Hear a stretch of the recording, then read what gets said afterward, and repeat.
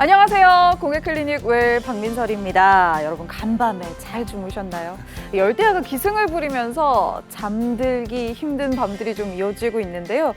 실제로 봤더니 한국인은 하루에 이 평균 수면 시간이 6시간 15분 정도 된다고 합니다. 그런데 실제로는 우리 건강을 위해서 조금 더 오래 살기 위해서는 이거보다 조금 더 자야 된다고 해요. 7시간에서 7시간 반 정도 자는 게 건강에 가장 좋다고 하는데 우리 다 잠이 좀 부족하네요. 그러니까요. 그렇죠? 잠이 보약이다 이런 말 정말 많이 듣고 자랐거든. 진짜로 이건 일리가 있는 것 같은데, 근데 이 날이 더우니까 이 잠이 보약을 못 챙기는 거지.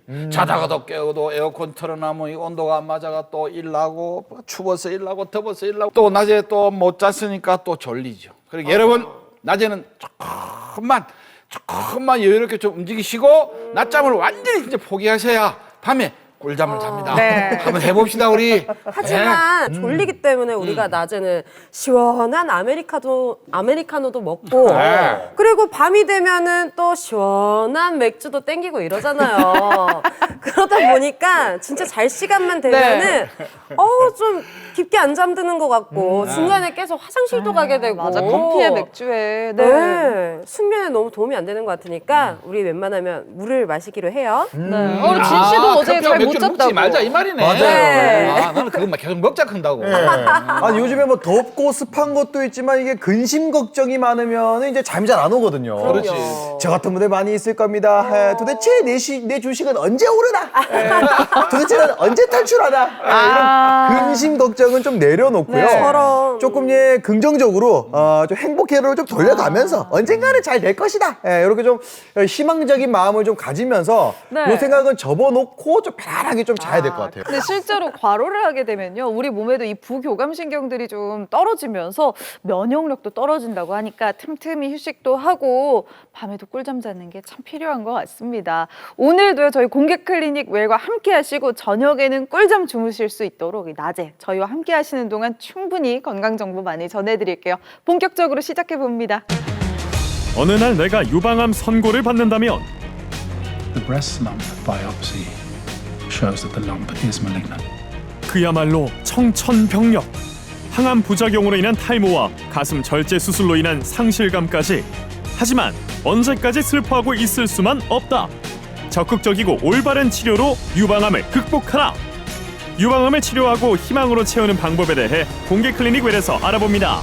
네, 공개클리닉 웰 오늘은 이 암에 대한 이야기를 준비했는데요. 특히 여성들에게서 가장 많이 일어나는 1위 암이 유방암이라고 하죠. 유방암에 대해서 제대로 알아보는 시간 마련했습니다.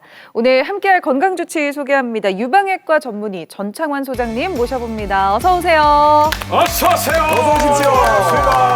어서 오세요. 야. 긍정의 이미지가 있으신 것 같아요. 네. 자, 소장님 반갑습니다. 네, 안녕하십니까. 유방암 환자들에게 그 희망을 전하기 위해서 노력하는 유방외과 전문의 전창환입니다. 반갑습니다. 네, 반갑습니다. 소장님, 저희가 조금 전에 뭐 영상에서도 봤지만 드라마나 영화 같은 데서 주인공들이 유방암을 알게 되는 경우 뭔가 만져지는 경우가 대부분이었던 것 같거든요. 그러면 여성분들 중에서 뭔가 만져지는 것 같아, 멍울이 있는 것 같아 하면 그게 암일 확률이 좀 높을까요? 그렇지는 않습니다. 유방에 멍울이 만져진다고 해서 모두 암은 아니고요. 만져지는 종양의 대부분은 양성혹입니다. 암이 아닌. 양성혹 중에 가장 흔한 거는 뭐 섬유선종, 섬유낭종증도 있고요. 또 유관 안에 혹이 생기는 관내 유두종, 수유기에 젖을 잘 짜내지 못해 생기는 종양 이런 것들이 있을 수 있고요. 만졌을 때 암이라고 느껴지는 거는 만졌을 때 혹이 단단하고 또 흉벽에 고정돼 있는 듯한 느낌을 가지고 주위가 불규칙하고 눌렀을 때 통증이 있는 그런 상태일 때 우리가 암을 의심하게 됩니다. 이런 경우에 우리가 암이 의심이 되고 다른 일반적으로 만져지는 건 대부분 양성혹입니다. 자, 우리나라에 그러면 유방암 환자의 경우에 이제 다른 나라 환자와 비교했을 때 나이라든지 뭐 이런 차별화 이런 되는 부분들이 있습니까? 네, 우리나라 유방암 환자의 특징은 그 젊은 유방암 환자의 발병률이 높다는 겁니다. 서양의 국가들은 대개 나이가 들면 들수록 유방암 발병률이 증가하는 것으로 되어 있습니다. 그러나 우리나라는 30대 이후에 유방암 발병률이 증가하기 시작하고 네. 이후에 40대, 50대에 가장 높은 발병률을 보이고 60대가 되면 오히려 발병률이 감소하는 이 거꾸로 뒤집어진 요렇게? V자 형태의 네. 모양을 보이게 됩니다. 이전에는 우리가 40대, 50대쯤 되면 유방암 검사를 많이 하기 때문에 많이 발견된다. 네. 그래서 있는 어떤 통계적인 오류가 아닐까라고 생각을 했었는데 이러한 패턴이 20년 이상 유지되는 걸로 봐가지고 이 어떤 우리나라의 독특한 네. 발병 형태가 아닌가라고 이제 생각하게 되었습니다.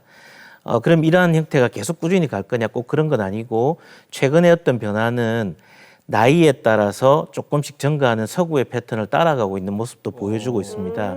2022년도에 유방암 학회에서 발표한 유방암 백서라는 책이 있는데요. 여기에서 살펴보면 2010년도까지는 폐경 전 유방암 환자의 숫자가 많은 것으로 되어 있습니다. 그런데 2021년도부터 이게 역전되어서 폐경 후 유방암 환자가 늘어나는 걸로 되어 있고요. 2015년도에는 폐경 후 환자 비율이 54%까지 이르게 됩니다. 그래서 저희도 우리나라도 세월이 지나면 서양과 똑같은 나이가 들면 들수록 증가하는 그런 발생률 곡선을 보이지 않을까라고 생각하고 있습니다. 이렇게 좀 전에 폐경 전후로 뭐 빈도가 달라지는 거 보니까 여성 호르몬과도 좀 관계가 있는 건가요? 네, 유방암의 발생은 여성 호르몬인 에스트로겐의 영향에 의해서 생긴다는 것이 정설입니다. 그렇지만 이 나이 또래 40대, 50대의 에스트로겐의 활동이 높아서 발병률이 증가한다는 말은 조금 잘못된 내용이고요. 그래요? 네. 근데 이제 여성 호르몬에 노출되는 총 기간 예컨대 생애 주기 동안 생리 횟수를 몇 번이나 하는가 이런 것들이 에스트로겐의 영향을 가늠해 볼 수 있는데요.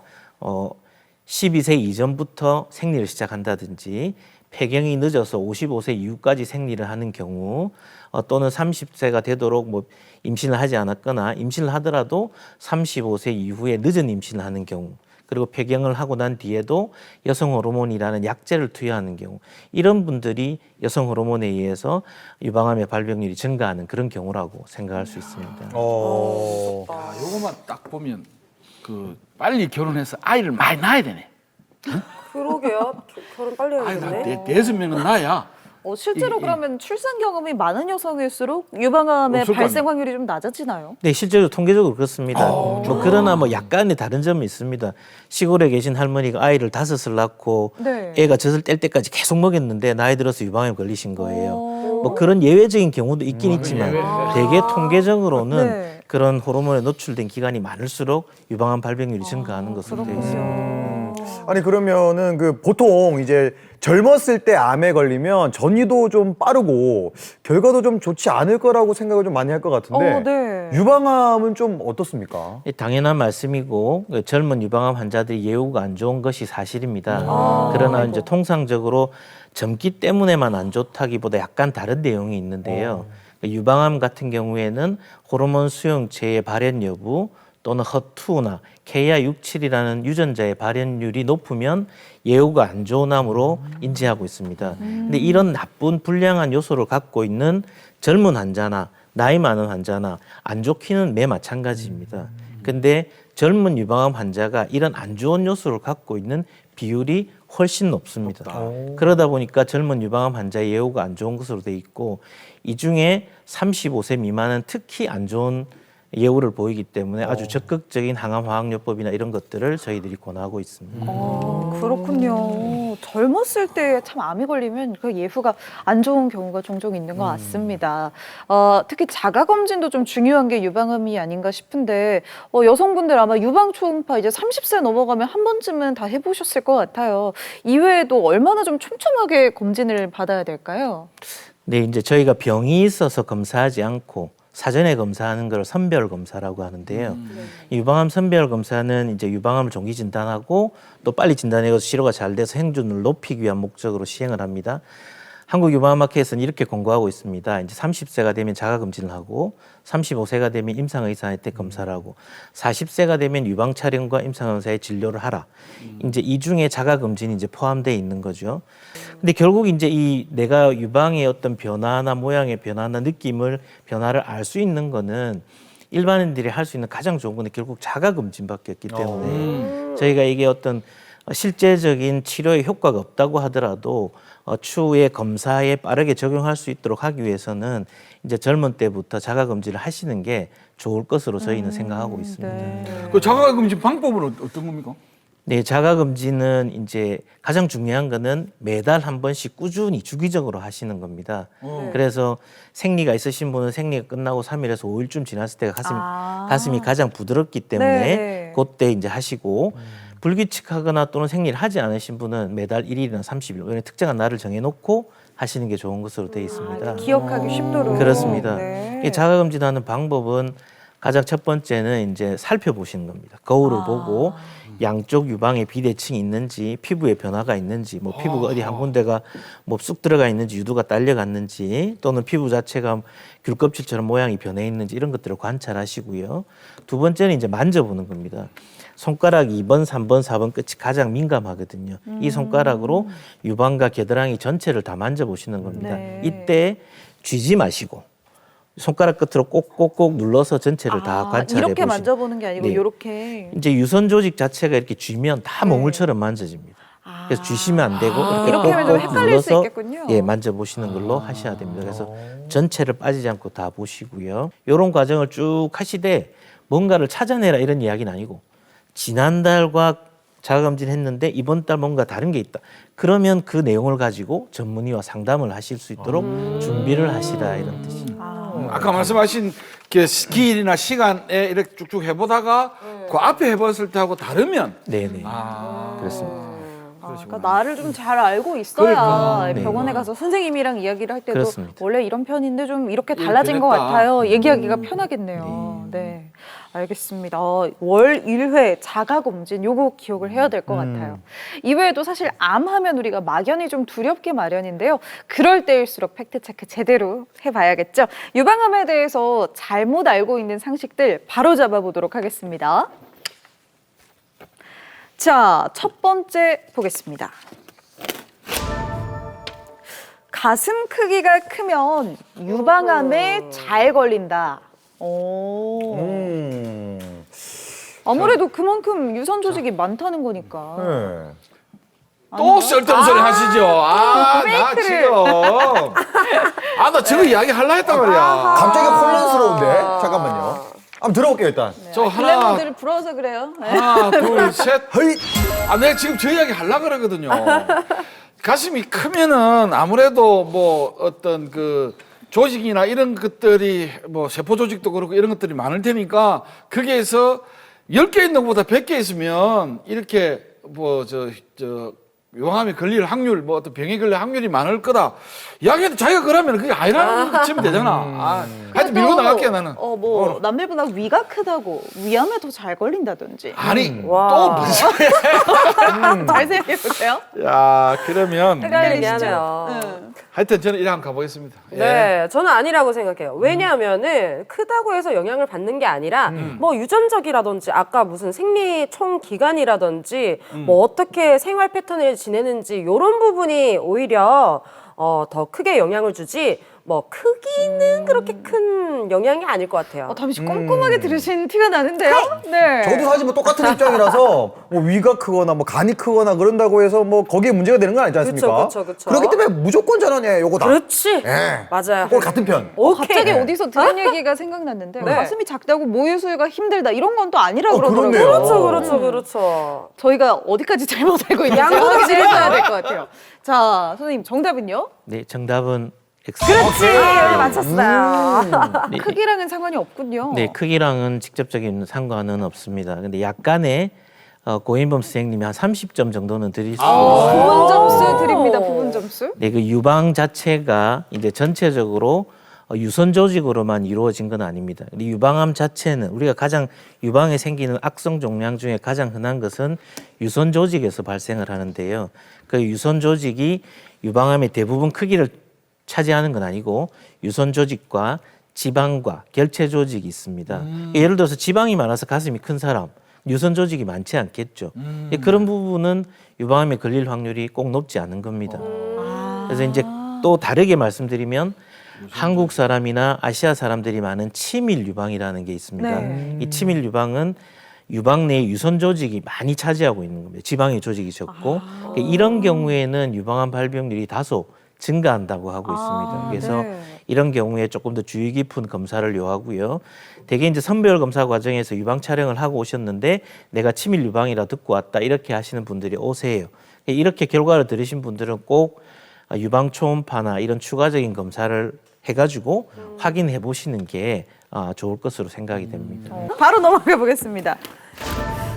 네, 두 번째 팩트 체크입니다. 항암 중에는 생선회를 먹으면 안 된다.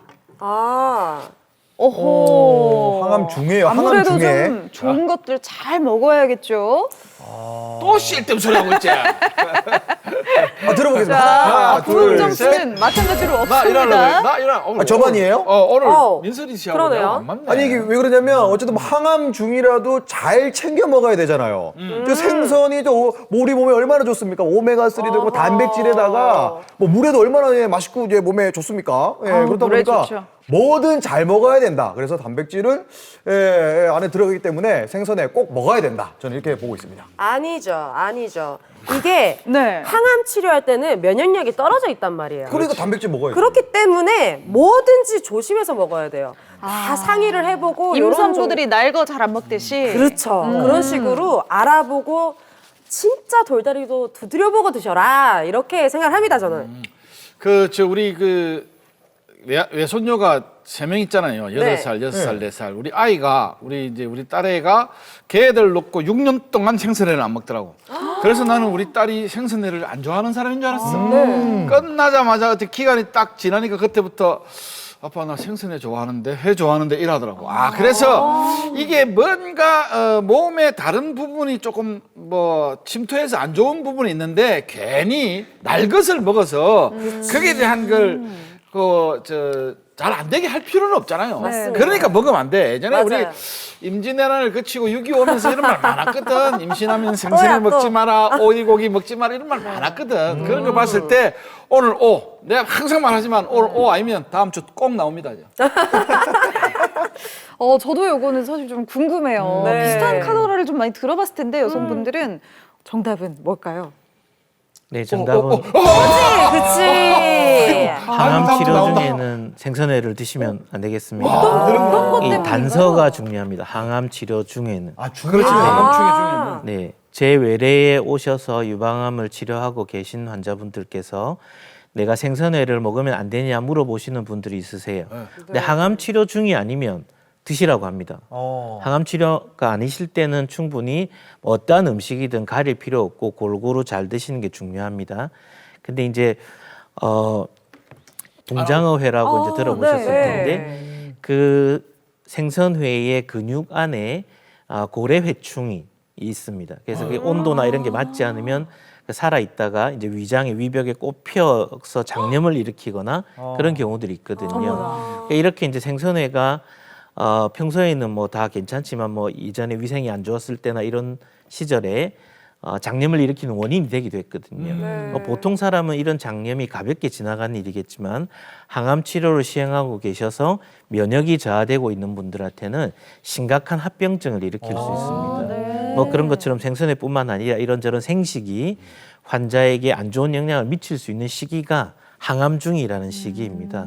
그래서 이 시기는 피하시는 게 좋고 뭐 그렇다고 하더라도 아주 깨끗하고 뭐 위생적인 신선한 야채, 과일이나 이런 것들은 평소에 항암 중이라도 드시라고 합니다. 근데 백혈구가 떨어져 있다면 이런 것들도 조금 주의해야 한다. 항암 치료 중에 백혈구 떨어져 있는 시기에는.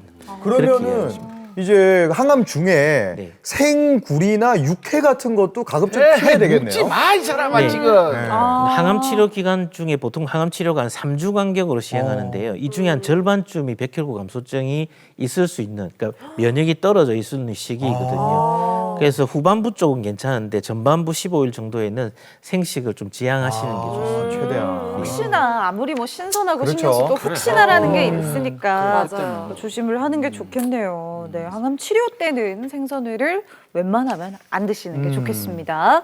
자, 마지막 팩트 체크 들어가 보겠습니다. 보형물을 삽입한 경우 유방 검사 횟수 등 제약이 따른다.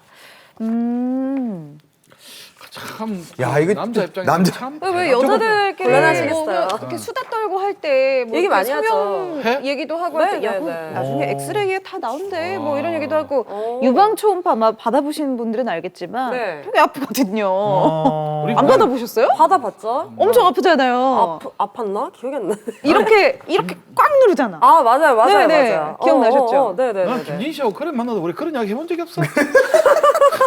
별로 안 친하신가 봐요. 아니 왜 네. 그런 남자끼리는 뭐 이야기를 해? 친해도 굳이 그런 얘기를 그치, 네. 맨날 뭐 맛있는 거 먹는 얘기하지. 아, 그런 이야기 할 예, 필요가 이런 없잖아. 좀 남사스러워가지고 부끄럽거든요. 아, 그렇죠, 그렇죠. 어렵네. 이게 검사를 할 때 어떻게 해야 되냐면 호빵을 호떡이 되는 것처럼 이렇게 꾹 누르거든요. 아, 얘기하겠습니다. 아 네. 그래요? 되게 아파요. 네. 아, 그랬군요. 네. 일단 한번 들어보겠습니다. 자, 하나, 둘, 셋. 아, 이거 좀 민망하긴 하지만 네. 이야기를 좀 드리자면 어쨌든 보형물이 삽입이 돼 있다 보니까 이게 자기 거 그러니까 자연산이 아니라 그러니까 이제 보형물이 들어가 있다 보니까 네. 이 좀 이렇게 검사에 좀 제약이 따르지 않을까 그렇게 생각을 한번 해봤습니다. 저는 이제 이게 뭐 김진 씨하고 이런 이야기를 해볼 수가 없어서 답이 틀리긴 하지만 예를 들어서 요즘에는 기술이 어마어마하게 발달됐다는 거지. 네. 보형물이나 이런 걸 어마어마하게 발달됐고 거기에 대한 것도 생각을 했을 거고 그렇다고 해서 그런 보형물이 있는 사람들은 검사를 못한다. 이거는 문제가 있네요. 있으나 없으나 그런 검사 횟수나 이런 부분들에서는 제약이 전혀 저도 어디서 봤는데 요즘 보형물은 트럭이 밟고 지나가도 안 터진다. 아 그래요? 그래. 그런 거 사진도 본 것 같아. 막 깔아놓고 막 팔짱 트럭이 막 지나가도 싹 지나가도 그대로 있는 거 같고 그런 거 본 것 같아요. 아니 저도 그렇게 생각하는 게 제 주변에도 몇 명 있어요 수술한 친구가. 근데 뭐 그런 얘기도 들어보지도 않았을 뿐더러 아기 낳고 우유도 잘 주고 모유도 잘 우유도, 주고 네. 그렇게 잘 지내는 거 보니까 그런 문제는 전혀 다른 문제인 것 같아요. 아 근데 얘기하면서도 뭔가 되게 좀 민망하기도 하고 쑥스럽기도 네. 하고 그렇네요. 아, 그래 다미 씨 얘기를 들으니까 신빙성이 좀 올라오죠. 좀 있죠. 네, 주변 실제 케이스들을 들어보니까 과연 진짜 그런지 확인해 보겠습니다. 어때요? 정답은요? 네, X입니다. 그렇지. 네, 넌 지금 얼마 안 되는데 참 많이 모르네. 아 근데 부부끼리도 그런 얘기는 사실 이제 크게 안 하니까. 또 보형물이 없으면은 그런 얘기를 안 하지. 그렇죠, 그렇죠. 네. 네, 보형물을 삽입하신 경우에 검사의 횟수나 뭐 방법에 제한이 없습니다. 어떤 이유로든 예를 들어서 성형의 목적으로 보형물을 넣었든 유방암 수술 후 재건술 후에 보형물을 넣었든 지간에 검사의 방법에 문제는 없습니다. 유방암 검사하는 방법은 유방 촬영술, 유방 초음파, 또 유방암 환자에 있어서는 유방 MRI 치료 과정을 점검하기 위해서 흉부 CT 이런 것들을 진행하게 되는데요. 네. 유방 촬영은 아까 말씀하셨듯이 유방 조직 자체를 아래 위로 또는 옆으로 눌러서 이제 엑스레이를 투과시켜서 네. 그 안쪽에 있는 미세석회나 또는 어떤 불규칙한 음영의 종양이 있는지 확인하는 검사입니다. 이 검사하실 때 보형물이 있는 경우에는 보형물을 안쪽으로 밀어 넣고 유선 조직을 앞으로 잡아 당기는 실제 방법으로 신체 조직만. 네, 당기는 방법으로 충분히 촬영하실 수가 있습니다. 네, 이때 이제 말씀하신 것처럼 그런 통증들이 있죠. 근데 이제 우리가 유방 촬영한 사진을 보는 임상의사 입장에서는 세게 눌러진 조직일수록 더 좋은 정보를 얻을 수가 있습니다. 그래서 통증이 좀 심하시더라도 이제 그게 더 좋은 잘 검사일 수 참아봐야겠네요. 있다. 네. 두 번째 검사인 유방 초음파 같은 경우에는 대부분의 보형물이 유선 조직 뒤편에 존재합니다. 그래서 앞쪽에서 음파를 네. 이용한 검사를 하기 때문에 어떤 제한이 없습니다. 그래서 음파를 이용해서 유선 조직에 있는 종양을 성질을 확인하고 필요할 때 조직 검사하고 얼마든지 하실 수 있습니다. 그리고 유방 MRI나 흉부 CT 같은 경우는 뭐 당연히 입체적인 거기 때문에 보형물이 어디 들어있든지 간에 상관없이 검사를 할 수 있는 거죠. 네. 근데- 미용 성형만 생각을 했었는데 사실 유방암 수술 후에 이제 재건 받으신 분들은 이후에도 이제 뭐 계속 정기적으로 뭐 완치가 됐는지 계속 검사를 하셔야 되는데 되게 다행스러운 소식이네요. 네, 그렇습니다. 뭐 앞쪽은 초음파, 재건술한 경우에 앞쪽에 있는 피부 피파는 초음파로 뒤쪽에 있는 흉벽은 흉부 CT로 이렇게 검사하시기 때문에 뭐 중간에 있는 보형물은 아무 상관없다. 네, 이거네. 전혀 상관없습니다. 보통 암의 경우 증상이 있잖아요. 이 유방암은 어떤 증상을 보일 때 좀 의심을 할 수 있을지 알려주시면 좋을 것 같아요. 아픈가? 그러니까 유방암이 초기인 경우에는 증상이 없는 경우들이 많습니다. 예, 그렇고 통증이나 이런 증상은 한 5 내지 10% 정도 이렇게 있는 것으로 돼 있고요. 유방암의 가장 흔한 증상은 통증이 없는 몽울입니다. 그러니까 몽울이 만져져서 병원에 오시는 거죠. 네. 하지만 최근에는 이제 이런 선별 검사가 이렇게 많이 시행되고 또 개인적으로도 건강에 관심이 높으시면서 선별 검사, 아까 말씀드린 증상이 없을 때 하는 검사들이 많아지면서 되게 무증상으로 진단받는 환자분들이 뭐 32%, 32.7% 이 정도로 아주 높이 많습니다. 예. 환자분이 검사를 받고 오셨는데 몽울이 만져지셨어요? 아니에요. 저는 검진 가서 병이 있다는 걸 알고 왔어요. 이렇게 말씀하시는 분들이 그 정도 비율로 있다는 거죠. 와, 무섭다. 네. 맞네. 이제 그 외에 이제 유방이 통증이 없어서 몽울이 만져지는 이게 가장 흔한 증상이고 그 외에는 피부의 변화가 있는데요. 이제 유방에 혹이 있으면 그 몽울 때문에 비대칭으로 보인다든지 또는 그 아래쪽에 위쪽에 피부를 잡아당겨서 피부가 보조개처럼 쏙 들어가든지 유두가 딸려 들어가든지 아이고. 그렇지 않으면 피부가 그 귤껍질처럼 땅구멍이 네. 숭숭숭하게 이렇게 보이는 그런 변화를 보이는 경우도 있습니다. 그리고 유두에 분비물이 있는데 유두의 분비물은 되게 뭐 어떤 소화제를 먹는 경우에도 흔하게 생길 수 있는 건데 보통의 어떤 증상일 수 있는데 그게 유두의 분비물이 나는 양상이 한쪽 유방에서만 나고 그다음에 이 유두에는 8개에서 15개 정도의 수유를 위한 구멍이 있는데 그중에 한 구멍에서만 나고 짜지 않아도 자연히 나고 이런 경우에는 어떤 유방암의 가능성을 배제할 수 없기 때문에 이제 검사를 시행을 하셔야 합니다. 뭐 그것 외에도 이제 유방 주변에 암이 생겨서 유방 주변에 임파선이 커지면 겨드랑이에 혹이 만져지기도 하고 목에 혹이 만져지기도 하고 이런 증상들도 있을 수도 있습니다. 그렇구나. 그 옛날에 처음에 우리 그 모를 때는 그 만져가지고 아까 다른 증상 때문에 몽울이 만졌는데 뭐 만지시면 그런 줄 알고 우리 집사람이 이쪽 밑으로 하나 만져졌다 하더라고. 와, 그 한 20년 됐나? 와, 정말 놀라겠다. 뭘 모르니까. 모르죠. 야, 이거 뭐, 암이라는 거 먼저 설정을 해놓고 시작을 해버리니까. 만져지면 암이라고 맞아. 설정을 해놓고 시작해버리니까. 와, 정말 환장하겠더라고. 그러더니 한 2-3일 되니까, 네? 이러더라고. 근데, 진짜 모를 때는, 야, 너무 힘들대. 놀라죠. 진짜 놀라겠더라고. 맞아, 이거 이렇게 만지다가 하여튼 있으면 다 아니면 또 암이라고 세심받다가 생각하니까. 이렇게 뭐 만져져가지고 병원 가는 분들도 계시고요. 특히 유방암은 가족력이 많다, 가족력이 정말 크다라는 얘기 들어가지고 가족력이 있는 분들은 관리를 특별하게 좀 하시는 것 같더라고요. 네, 유방암은 가족력이 있기는 합니다. 뭐 일대 내에 유방암 환자가 1명 있으면 내가 유방암 걸릴 확률이 2배 내지 3배 정도 증가한다고 이렇게 되어 있습니다. 일대라면 뭐 엄마나 이모? 그렇습니다. 네. 네. 그런 엄마, 이모 고모? 여기까지가 이모까지? 예, 2대고 아. 2단계 거쳐가는. 네네. 그래서 한 단계 엄마가 유방암이고 뭐 이런 네. 딸이 유방암이고 이러면 내가 유방암 걸릴 확률이 2-3배 정도 된다 네. 이렇게 판단하시면 되는데 그렇지만 내 가족 중에 유방암이 아무도 없고 나 홀로 유방암. 이거 산발성 유방암이라고 하는데요. 이런 경우가 90% 가까이 됩니다. 90%요? 그러므로 가족 중에 유방암이 있으면 가족력이 있어서 내가 발병 확률은 높지만 이게 어떤 가족력에 의해서 유전이 되고 발병 원인이 되고 그렇지는 않다는 겁니다. 이제 단지 이제 타임즈의 표지 모델이 됐던 안젤리나 졸리가 네. 기억하실 겁니다. 안젤리나 졸리 이펙트라 그래서 유방암에서 흔히 알려져 있는 BRCA1,2라는 유전자가 있습니다. 이게 BRCA1,2라는 유전자가 양성인 경우에 유방암과 난소암의 발병률이 높다고 알려졌고 또 안젤리나 졸리 같은 경우에는 어머니가 난소암으로 돌아가시고 이런 문제가 있기 때문에 본인이 유방과 난소를 순차적으로 절제하는 그런 일을 했는데 그래서 이제 BRCA 유전자가 양성인 경우에는 유방암의 위험이 높기는 합니다. BRCA1인 경우에는 유방암 발병률 70%, 네. BRCA인 경우는 한 66% 정도의 발병률이 있어서 이런 경우에는 어떤 유전적인 요소가 있기 때문에 유전자가 없는 사람에 비해서 조금 더 강화된 방법의 검사 이런 것들을 시행하실 필요는 있습니다. 네. 오늘 이 유방암에 대해서 이렇게 이야기를 나눠보고 있는데요. 그렇다면 검사는 어떻게 하고 또 유방암은 어떻게 치료를 하는지도 저희가 만나보도록 하겠습니다. 영상 함께 보시죠. 자, 이 병원인데요. 검사를 하러 오셨다는 건 뭔가 걱정이 되는 부분이 있다는 거겠죠? 팔을 올렸는데 느낌이 이상하더라고요. 이게 정확하게 만져져요. 이게 뭔가 돌출된다는 느낌. 그러니까는 우리가 왜 생리하면은 이게 뻐근한 느낌인데 이게 뭔가 튀어나왔네. 병원에서 검사를 다른 병원 하고 들렸다 오셨나 봐요. 오셨어요? 예, 뭐라고 어디가 안 네, 좋다고 다른 이야기 병원에서 조직 검사를 하시고 모양이 아주 안 진단받고 좋고 오셨네요. 조직 검사상에는 상피 내암인데 크기가 크기 때문에 네. 침률성 유방암일 것 같다는 말씀을 하셨습니다. 가져오신 사진을 한번 같이 보시죠. 네.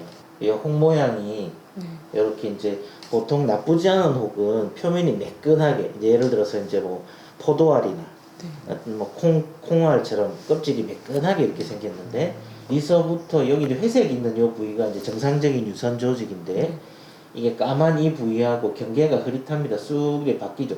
뚝 끊는 듯이 어디서부터 어디다 이렇게 잘 구분이 가지 않죠. 근데 우리가 지금 저기 보이는 암이 이렇게 한 2, 3cm짜리 혹이 있는데 조직 검사하실 때 바늘로 뭔가 탕탕탕 이렇게 찌르죠. 몇 번 찔른 겁니다. 이렇게 찔렀는데 여기서 나온 이 작은 조각들은 연기암이라는 거예요. 근데 이 조각으로 나오지 않은 부분들 있지 않습니까? 여기에서 이제 뭐가 나올지 모르는 거죠. 암세포가 여기를 타게 되면 멀리 가는 거죠. 그럼 이때부터는 이제 항암 치료가 필요한 거고 이때부터는 항암 치료가 필요 없는 겁니다. 여기까지는. 그리고 검사하는 과정에서 그게 아니고 겨드랑이가 좀 이상해. 그러면 다시금 조직 검사에 대해서 다시 재검토해가지고 항암이나 표적 치료가 먼저 필요할 수 있다. 이거를 이제 알아봐야 됩니다. MRI, CT, 뼈 사진, 그다음에 추가적인 초음파 이런 것들을 쭉 진행해가지고 제일 빠른 날짜에 수술하실 수 있도록 해보겠습니다. 이미 다른 병원에서 검사를 했는데 또 검사를 해야 되는 모양이네요. 네, 수술을 먼저 할지 항암 치료를 먼저 할지 결정하기 위해서 몇 가지 추가적인 검사를 진행하였습니다. 항암은 수술할 때 하고 난 다음에 한 줄 알았더니 전에도 하네요. 네, 술전 항암요법이 이득이 되는 경우에는 항암 치료 먼저 하기도 합니다. 제가 제일 무서운 건 치료를 하고 난 뒤에 그 전에 방법이 있었는데 이게 아니라 사전에 검사해 보시고 최선의 방법으로 해주신다고 하시니까 거기에 대한 신뢰가 높고 가급적이면 몸에 좀 덜 상처를 입히고 조금 완치율이 높은 쪽으로 하고 싶었는데 말씀해 주시니까 너무너무 감사해요. 무사히 완치되시길 진짜 기원하겠습니다. 이분은 어떤 환자일까요? 네, 수술 앞두고 이제 입원해서 대기 중인 분이십니다. 전번에 우리가 MRI 찍고 유방 촬영했을 때 그 석회가 좀 남아 있고 이런 부분 때문에 우리가 전절제를 선택하셨잖아요, 그죠? 물론 이후에 조금 먹는 약이라는 거 드실 수 있지만 수술하는 것만으로 거의 모든 치료가 끝나고 95% 이상 다 완치될 수 있을 거라고 생각합니다. 조금 진정돼. 그래도 불안은 하기는 해요. 겁도 나고 일단은 오픈을 해봐야 되는 거니까. 그래도 교수님 워낙 잘하신다고 저희가 설명을 들었고 교수님도 이제 안심하라고 하니까 그거 믿고 이제 내일 수술 잘 이겨내야죠. 네, 아유, 잘 이겨내실 겁니다. 드디어 수술 날이 됐나 봐요. 이 전절제라는 거는 이제 전체를 다 절제를 한다는 거죠? 네, 그 미세석회가 넓게 번져 있어서 초기암임에도 불구하고 환자하고 충분히 상의를 해서 전절제를 시행하기로 했습니다. 즉시 재건수를 시행하기 때문에 이걸로 환자의 상실감을 저희가 최소화할 수 있을 것으로 생각합니다. 감사합니다. 입원을 같이 하시는군요. 그 광범위하게 미세석회가 있는 유방 상피내암입니다. 그래서 유방을 전절제할 수밖에 없었는데 유두하 주름을 통해서 절개선을 넣고 피부하고 유두를 보존한 상태로 전체 유선 조직을 다 제거하고 그리고 그곳에 보형물을 넣어서 반대편과 뒤층을 마치는 수술을 했습니다. 더불어서 겨드랑이 임파선에 암세포가 있는지 없는지 감시림 부절 생검도 마쳤고 거기서 암세포가 없는 것을 잘 확인했습니다. 림프로 그러니까 이게 전이가 안 됐다는 얘기인가요? 네, 그 화면에서 이제 음성이라고 이야기하는 거는 겨드랑이 임파선으로 암세포가 안 갔다는 것을 의미합니다. 네. 그 유방암 환자에서 유방의 혹이 크거나 겨드랑이 임파선에 암이 전이된 것으로 여겨지면 겨드랑이 임파선 전체를 드러내는 곽청술이라는 걸 시행을 합니다. 화면에서 보시는 것처럼 거기에 암이 없다고 판단이 되면 이거를 이제 더 이상 추가적인 수술을 하지 않는 거죠. 아니 선생님 그러면은 화면에 처음 봤던 분은 전체를 절제하는 수술을 했지 않습니까? 네. 그러면은 절제를 하는 게 어떤 기준으로 이렇게 좀 설정이 되는 건지 뭐 암의 크기로 이렇게 기준을 하나요? 네, 크기가 기준됩니다. 통상적으로 우리가 유방암 수술을 하신다 그러면 유방을 다 절제하는 걸 기본으로 생각하시는데 현재 유방암 1기, 2기, 그러니까 혹의 크기가 많이 크지 않으면, 요건 약간 임상의사들 간의 차이가 있지만 저는 대략 한 3cm를 기준으로 하는데요. 3cm 이하가 되면 유방을 전체를 절제하지 않고 종양을 포함한 일부 유선 조직을 절제하는 방법으로 수술합니다. 그리고 남아있는 유선 조직에 방사선 치료를 하면 거기에 전절제, 다절제한 거하고 똑같은 생존율을 보이기 때문에 현재는 많은 환자들이 부분 절제를 하고 있고요. 대략 한국 유방암학회 통계에 따르면 부분 절제하는 비율이 한 66%, 67%에 달하고 있습니다. 하지만 혹이 커서 이제 어쩔 수 없이 전절제해야 되는 경우에는 최근에 피부하고 유두를 보존을 하고 안쪽에 있는 유선 조직을 다 제거하고 난 뒤에 그 안쪽에 자가 조직을 넣거나 보형물 넣는 방법으로 즉시 재건수를 하기도 하고요. 그리고 혹이 커서 전절제를 해야 되는 경우에는 선행항암요법이라고 아까 항암 치료를 먼저 하는 경우가 있던 것 같습니다. 그 방법을 해서 혹을 작게 만들어서 부분 절제를 하기도 합니다. 화면 속에 지금 나오신 분도 이제 수술을 하시고 나서 절제술을 하고 바로 재건수를 같이 하신 것 같은데 이 재건수를 이렇게 바로 할 수 있는 경우가 있고 나중에 또 따로 수술을 해야 되는 경우도 따로 있겠죠. 네, 어쨌든 재건수를 하는 저희의 목적은 유방암 수술 자체, 유방이 절제되고 난 뒤에 여성분들이 겪는 여성성 상실로 인한 자상실감 이런 것들을 저희들이 도와드리기 위해서 하는 건데요. 암이 사라졌다고 해도 사실 같이 평생 있더니 가슴이 뭔가 하나가 또 없어지는 달라진다고 거죠. 하면 네. 그 스트레스가 또 상상이 안 되네요. 네. 그래서 이전에는 이제 이런 재건술조차도 금방 암이 재발하거나 이런 위험도 때문에 수술하시고 나서 뭐 최소한 6개월에서 1년 6개월 이상 지나고 난 뒤에 시행하는 지연 재건수를 많이 했거든요. 그러나 최근에는 이러한 부분들을 빨리 회복시켜 주는 것 자체가 환자가 유방암 수술 이후에 항암 치료나 방사선 치료 같은 보조요법도 잘 적응하실 수 있도록 할 수 있어서 수술, 유방 조직을 절제하는 동시에 재건수를 같이 하는 즉시 재건수를 많이 하고 있습니다. 나의 가슴 모양이 예전과 다르다 이런 것도 참 사실 스트레스도 받고 자상실감도 클 텐데 이런 부분까지 또 많이 헤아려 주시는 게 아마 우리 선생님이 하실 일이 아닌가 싶습니다. 또 다른 환자분들을 저희가 만나봤는데요. 영상 함께 보시죠. 자, 이 환자는 선생님 어떤 분인가요? 네, 그 수술이 끝나고 방사선 치료 중이신 분으로 현재 한 9회차 정도 진행되고 계십니다. 오래 받고 어머니 계시군요. 지금 방사선 치료 받고 계시잖아요. 저희가 5월 초에 찍은 MRI 사진입니다. 수술 전에 찍은 사진. 그래서 여기 하얗게 보이는 여기가 오른쪽에 나쁜 혹이죠. 그래서 이걸 포함해서 일부만 조금만 뗐습니다. 여기에 혹시나 다음에 새로 생기지 말라고 저희가 방사선 치료를 해야 합니다. 그래서 방사선 치료를 지금 하고 계시고 20번 정도 종료하시게 될 거고 그것 외에 치료로는 이제 호르몬 억제제라고 전신 치료로 개념으로 호르몬 억제제 드시고 계시고 그렇게 치료하고 계십니다. 그래서 네. 잠깐 한번 누워 보실까요, 이쪽으로? 네.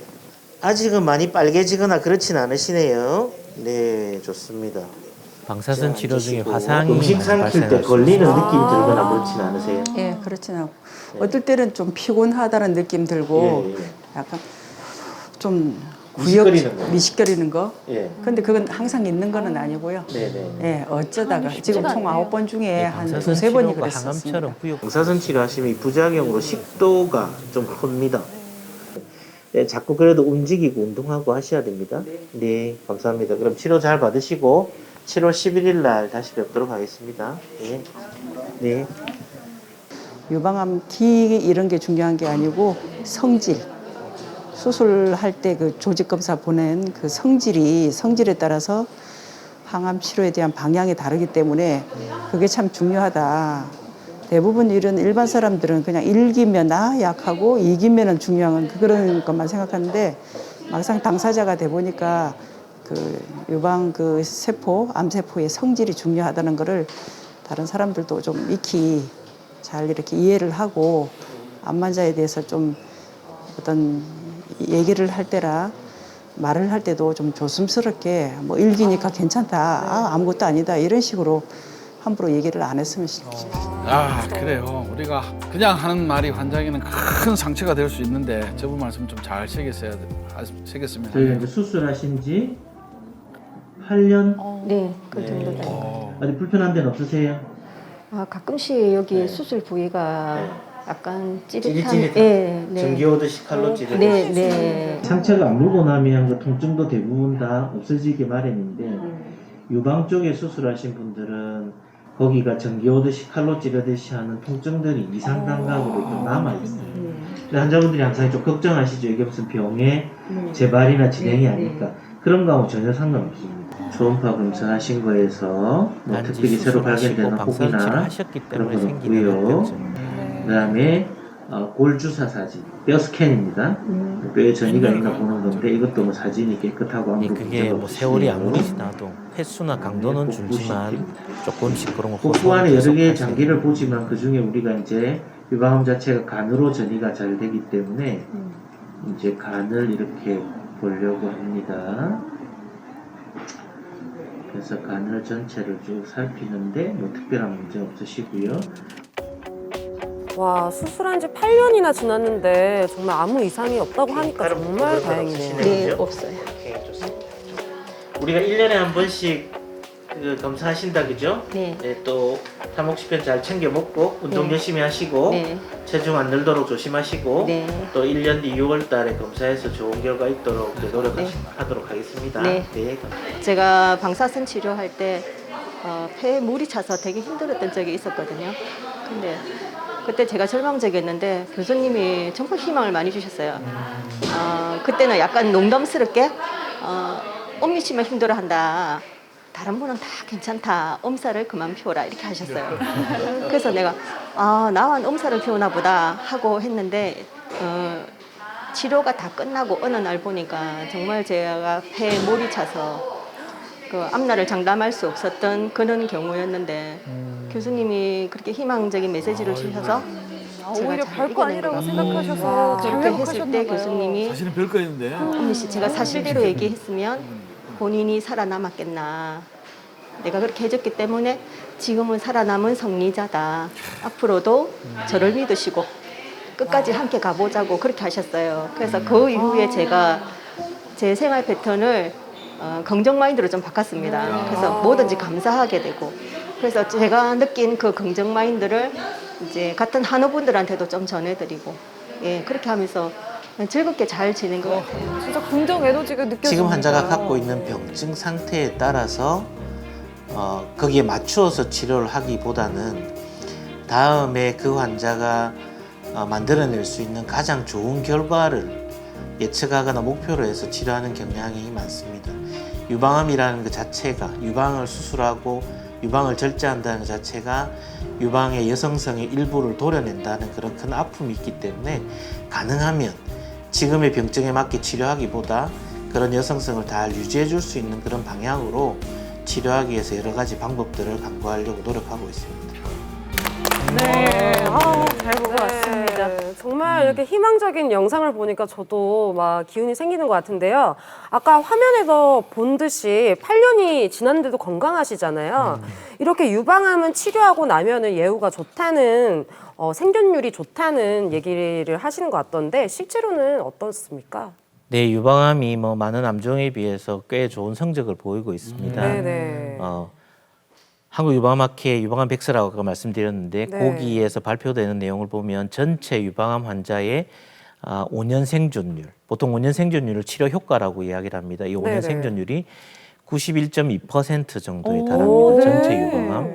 기수별로 나누어 보면 0기는 98%, 1기는 97%, 뭐 4기는 조금 나빠서 한 46% 정도 되지만 네. 전체적으로 좋은 생존율을 보이고 있습니다. 그렇네요. 거기다가 이제 이러한 생존율은 유방암 선진국이라고 하는 이제 미국이나 캐나다, 일본하고 비교해봐도 훨씬 뛰어납니다. 미국이 80.5%, 캐나다, 일본이 한 83%, 요 정도 되고 있으니까요. 근데 이제 이렇게 저희가 생존율 향상을 도모하게 된 거는 국가의 암 검진 사업과 그리고 개인적으로 암에 대한 인식 향상으로 선별 검사가 많이 확대되었고, 그리고 두 번째로는 유방암 치료에 대한 기술 그리고 새로운 신약들에 대한 적극적인 도입, 이런 것들이 좀 더 환자의 치료에 많은 도움이 되지 않았나 저는 생각하고 있습니다.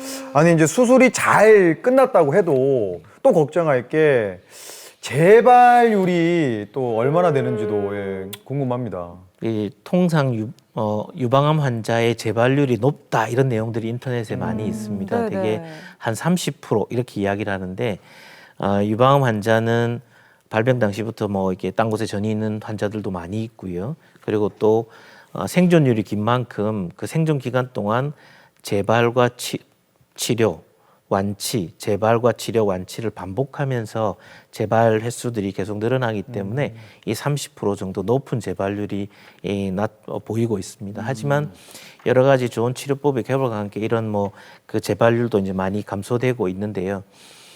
유방암이 가장 흔하게 전이되는 장소는 뼈, 폐, 간, 뇌 이런 순서로 이제 재발이 됩니다.